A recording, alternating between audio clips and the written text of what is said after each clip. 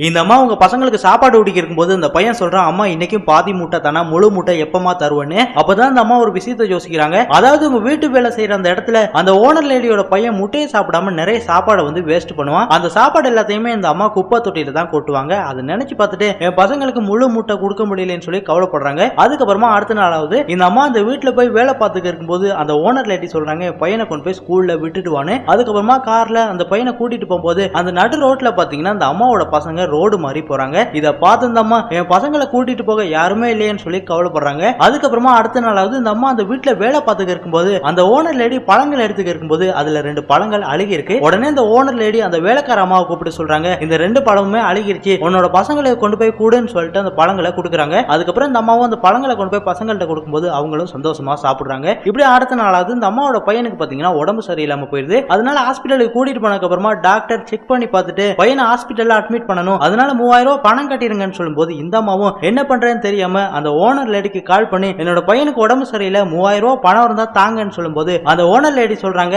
நீ வேலைக்கு 3 நாள் வரல, வேலைக்கு வா, அப்புறம் பணம் தரலாம்னு சொல்லிட்டு மொபைலை கட் பண்ணிடுறாங்க. இதனால அந்த அம்மாவும் என்ன பண்றேன்னு தெரியாம வட்டிக்கு பணம் கொடுக்குற ஒருத்தங்கிட்ட போய் பணம் கேட்கும்போது அவன் சொல்றான், உனக்கு இல்லாத பணமா, எவ்வளவு பணம் வேணாலும் எடுத்துக்கன்னு சொல்லிட்டு 3000 ரூபாய் பணத்தை கொடுக்குறான். அதுக்கப்புறம் இந்த அம்மாவும் பில்ல கட்டினதுக்கு அப்புறமா டாக்டர் சொல்றாரு, தம்பி நீயே என்ன மாதிரி டாக்டரா வரலாம், அதுக்கு நீ நல்லா படிக்கணும்னு சொல்லிட்டு ஒரு பேனாவை கொடுக்குறாரு. அதுக்கப்புறம் இந்த பையன் வீட்டுக்கு வந்ததுக்கு அப்புறமா அக்கா ரொம்ப சந்தோஷப்பட்டு வா தம்பி விளையாடலாம்னு சொல்லும்போது தம்பி சொல்றான், நான் விளையாட வரல, நான் போய் படிக்கிறேன்னு சொல்லிட்டு அந்த டாக்டர் கொடுத்த பேனாவை வச்சு அவனோட ஸ்கூல் ஹோம்வொர்க்கை பண்ண ஆரம்பிக்கிறான். இப்படியே ராத்திரியாவது அந்த வட்டிக்கு பணம் கொடுத்தவன் பாத்தீங்கன்னா அந்த அம்மாக்கு கால் பண்ணி தப்பா பேசுறான். இதனால அந்த அம்மாவும் மொபைலை கட் பண்ணிடுறாங்க. அதுக்கப்புறம் அடுத்த நாளாவது இவங்க வேலைக்கு கிளம்பி போகும்போது பக்கத்து வீட்டுல இருந்த ஒரு அம்மா, உன்னை பார்த்து எவ்வளவு நாள் ஆச்சு, வீட்டுக்குள்ள வான்னு சொல்லிட்டு இந்த அம்மாவை கூப்பிடும்போது அங்க அந்த வட்டிக்கு பணம் கொடுக்கறவனோட சட்டை இருக்கு. இதை பார்த்தோன்னு அந்த அம்மா சொல்றாங்க, என்ன மன்னிச்சிரு, என்னோட கனவு இறந்ததுக்கு அப்புறமா அவங்கிட்ட வட்டிக்கு பணம் வாங்கினேன், அதனாலதான் அந்த பணத்தை கொடுக்க முடியாம இப்படி ஒரு காரியத்தை பண்றேன், என்ன ஆனாலும் அவங்கிட்ட மட்டும் வட்டிக்கு பணம் வாங்கிடக்கூடாதுன்னு சொல்லும்போது இந்த அம்மாவும் எப்படியாவது அந்த பணத்தை கொடுத்துடணும்னு சொல்லிட்டு அவங்களுக்கு சம்பள பணம் கிடைச்சதுக்கு அப்புறமா அந்த சம்பள பணத்துல 500 ரூபாய் குறையுதுன்னு சொல்லி அந்த ஓனர் லேடி கிட்ட கேட்கும்போது அந்த ஓனர் லேடி சொல்றாங்க, 3 நாள் லீவு போட்டதானே, அதனால தான் சம்பளத்தை கட் பண்ணிட்டேன்னு.